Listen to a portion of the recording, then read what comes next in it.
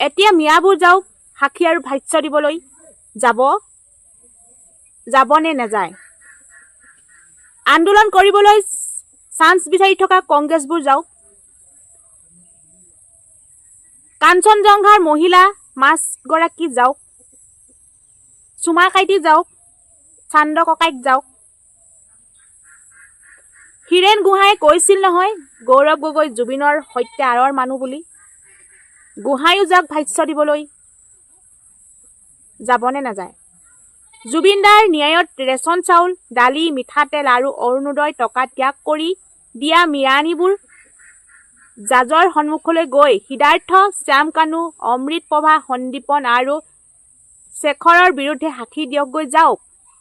ঘৰত বহি চাধা মলি মলি ওঠৰ তলত সুমুৱাই দূৰলৈ থু অকণ মাৰি পঠিয়াই লেতেৰা কথা কৈ ফেচবুকত অশ্লীল গালি দিয়া এচাম হিন্দু ধদুৱা যাওক সাক্ষী দিবলৈ। জুবিনৰ সপক্ষত আনক আক্ৰমণ কৰি কৰি লেতেৰা কথাৰে অসমীয়া মহিলাৰ ঐতিহ্য নষ্ট কৰা সেই ধৰ্মনিৰপেক্ষ তথা মিয়া মিস্ত্ৰী, মিয়া মাছ বেপাৰী আৰু মিয়া হৰেকমালৱালাৰ পৰা টকা খোৱা সেই হিন্দু মহিলা কেইগৰাকী যাওক জুবিন মৃত্যু তদন্ত সাক্ষী তথা ভাষ্য দিবলৈ। যাওক আকৌ, যাব। আদালতে দেখোন সকলো ৰাইজৰ বাবে ভাষ্য গ্ৰহণ প্ৰক্ৰিয়া মুকলি কৰি দিলে। আদালত আৰু ন্যায়াধীশ কোৰ্টৰ পৰা ওলাই আহি ৰাইজৰ মাছ পালেহি। এতিয়া সুবিধা ক'ত? গুৱাহাটী মহানগৰীৰ চানমাৰিত থকা খাদী বৰ্ডৰ অফিচলৈ গৈ ন্যায়াধীশৰ সন্মুখত নিজৰ ভাষ্য দি দিলেই হ'ল, কাম খতম। এনে দেখোন ফেচবুকত বৰ চিঞৰি থাকে বোলে সিদ্ধাৰ্থ বাবে আমাৰ জুবিন দা মৰিল, শ্যাম কানুৱে আমাৰ 53 বছৰীয়া সৰু ল'ৰা জুবিন দাক কোলাত লৈ নাথাকিলে, অমৃত প্ৰভাই জুবিন দাক বিষ খুৱালে, শেখৰে জুবিন দাৰ টকাবোৰ খালে, সন্দীপনে দৰিদ্ৰৰ চাৰ্টিফিকেট উলিয়াই বক্ৰ পথৰে DSP চাকৰি ল'লে, 5টা ঘৰ, 2টা ষ্টুডিঅ', এটা আধুনিক gym, unisex salon, Brindavan market share, ইউটিউবত গানৰ লাখ লাখ টকাৰে ৰয়েলিটি, 2খন কোটিটকীয়া গাড়ী থকা জুবিন দাক সিদ্ধাৰ্থই ঘৰ এটা বনাবলৈও টকা নিদিলে। জুবিনদাৰ বেংকত মাত্ৰ 10,000 টকাহে আছে। আমাৰ জুবিন দাক ইহঁতে চেপি চেপি খাই শেষ কৰিলে। জুবিনৰ বেংক একাউণ্টটো যেনিবা সিহঁতৰ মোবাইলৰ লুট কৰাহে আছে। মুঠৰ ওপৰত সিহঁত সমাজৰ এসোপা আৱৰ্জনা। নিজেতো একো নাজানেই, জনা বুজা মানুহবোৰকো ইহঁতে নিজৰ লাইনত আনি খাৰা কৰাই দিবলৈ অহৰহ চেষ্টা কৰে। এতিয়া সাক্ষী দিবলৈ যাব লাগে আকৌ। জুবিনক যদি ইমানেই ভাল পায় তেন্তে চানমাৰিলৈ গৈ কাৰ কাৰ বিৰুদ্ধে ক'ব মন যায় জাজৰ আগত কৈ দি ফাঁচীটো দিয়াই দিলেই হ'ল। কি বৰ ডাঙৰ কথাটোনো। আকৌ বোলে অসমৰ 3,50,00,000 মানুহে জুবিনৰ ন্যায় বিচাৰি আছে। এয়া সিহঁতবোৰ ভাষ্য। সিহঁত মানে এচাম ৰাজনৈতিক জুবিন প্ৰেমী। সিহঁতে আকৌ লাখৰ ঘৰত কথাই নাপাতে, একেবাৰে কোটি ঘৰ পায়গৈ। কোটি 1 কোটি বা 2 কোটি নহয়, একেবাৰে 4-3 কোটি ধৰেগৈ। 3.5 কোটি মানুহ মনৰ খবৰ গম পায় সিহঁতে।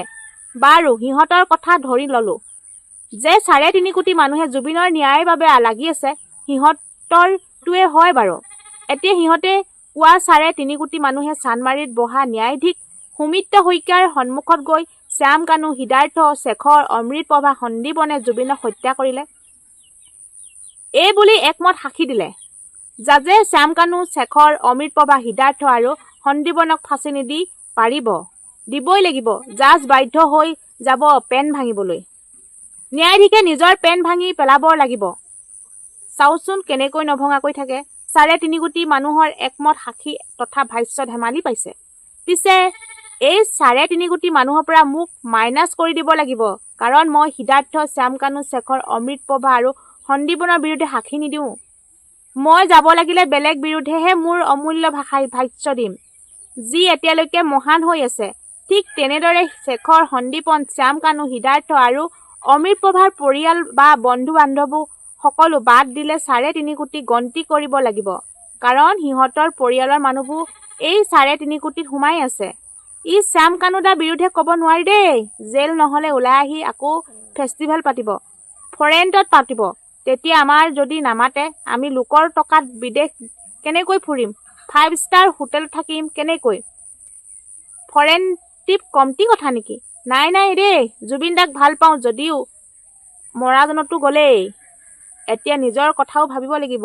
শ্যাম কানু সিদ্ধাৰ্থ শেখৰহঁত লগত বেয়া হ'ব নোৱাৰি পাই। মই নাযাওঁ দেই ভাষ্য দিবলৈ, লাগিলে গা বেয়া বুলি হস্পিটেলতে পৰি থাকিম বুলি ভবাসকল আছেই নহয় ৩.৫ কোটি অসমীয়াৰ ভিতৰত। কংগ্ৰেছী এসোপা টেনচন হ'ব, জাজৰ ওচৰলৈ যোৱাটো ৰিক্স আছে। মোৰ বা কি কেছ ওলাই, কা আন্দোলনৰ জুই তুই লগাইছিলোঁ, ক'ত বা কি ফুটেজ আছে। নাই জেঙত সোমাব নোৱাৰি। অখিল ওৰফে চুমা কাইটি, লুৰিন ওৰফে চান্দা ককাই, পাৰ্টি এচাম মানুহটো মৰিলেও ভাষ্য দিবলৈ নাযায়। এইবোৰ ঝেমেলাত ফচিবলৈ নাযায় সিহঁত। কাক দম দি চান্দা তোলাইছিল, কাক ক'ত কেতিয়া চুমা খাইছিল নিজেই পাহৰি যায়।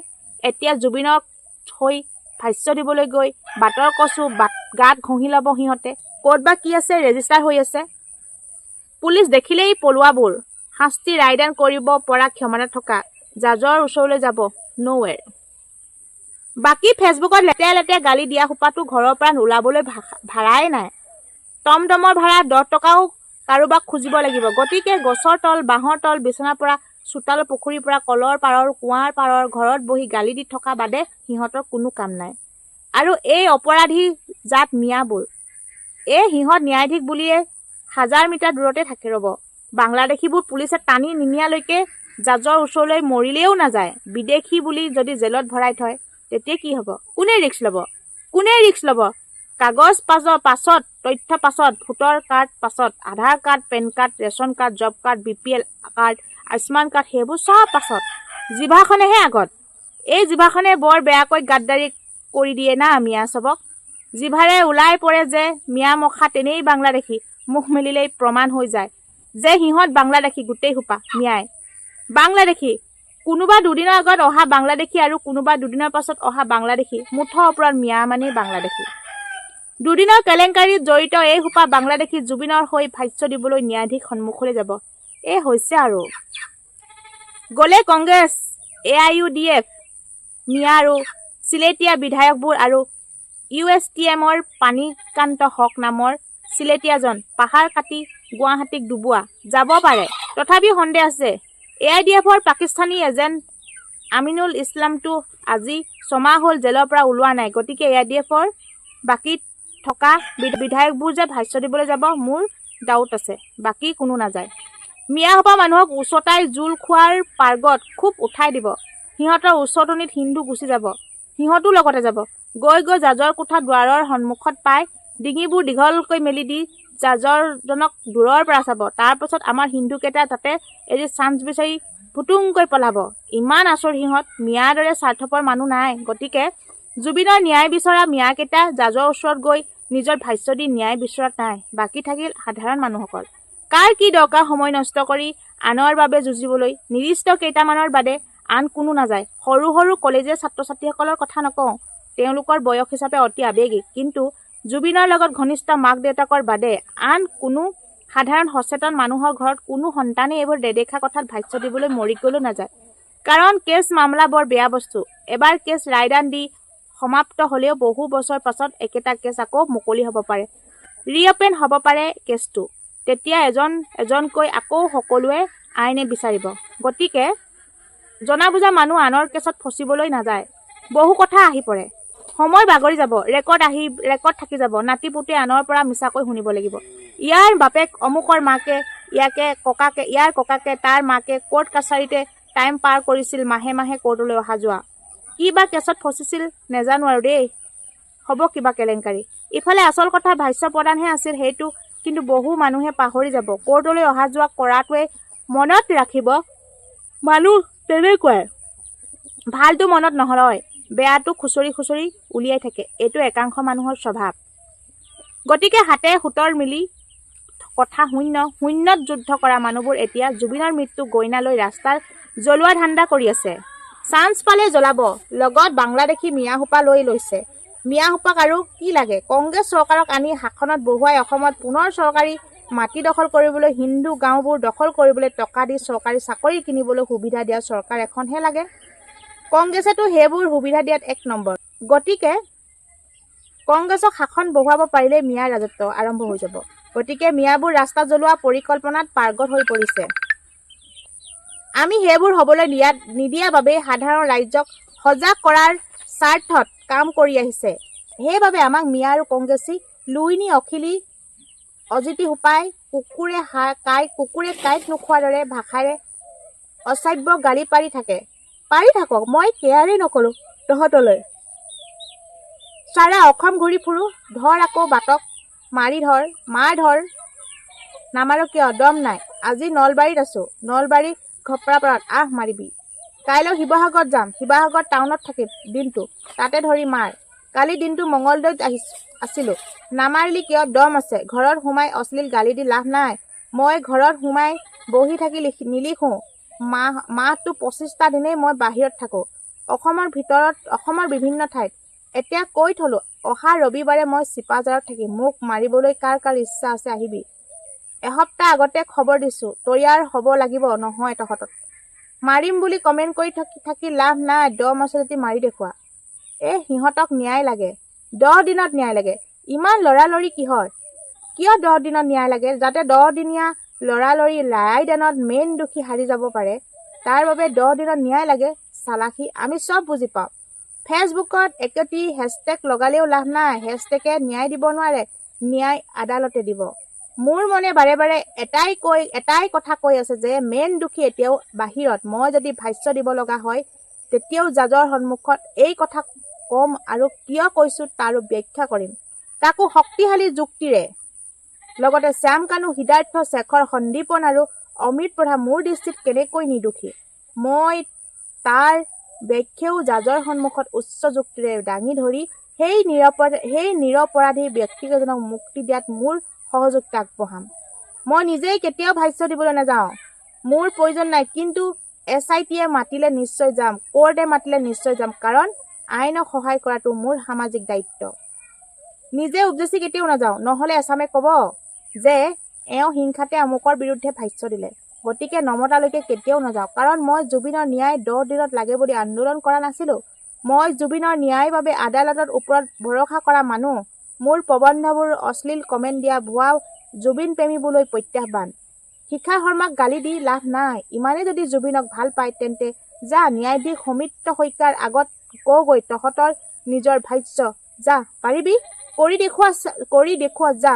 চোৰ ডকাইত, ধৰ্ষণকাৰী, ড্ৰাগছ বেপাৰী, ভাং বেপাৰী, মাটি জিহাদী, লাভ জিহাদী, নাম জিহাদী, উপাধি জিহাদী, চাকৰি জিহাদী, বাংলাদেশী মিয়াসোপা কথা বাদ দিলো, সিহঁত অপৰাধী দল। বাকী তহঁত ৰাহুল খান পাৰ্টি তথাকথিত ধৰ্ম নিৰপেক্ষ হিন্দুকেইটা যাচোন ভাষ্য দেগৈ, যা আকৌ। নে জুবিনৰ নামটো ব্যৱহাৰ কৰি বিজেপিক খেদি শাসনত বহাৰ ধান্দা? এইবোৰ নহব। জুবিনক মানুহে ভাল পায়, সেইটো নিজৰ জেগাত থাকিব, কিন্তু ভোটৰ দিনা আবেগেৰে নহয় বিবেগেৰে ভোট দিব। জুবিনৰ নামত ভোট নিদিয়ে, উন্নয়নৰ নামত ভোট দিব।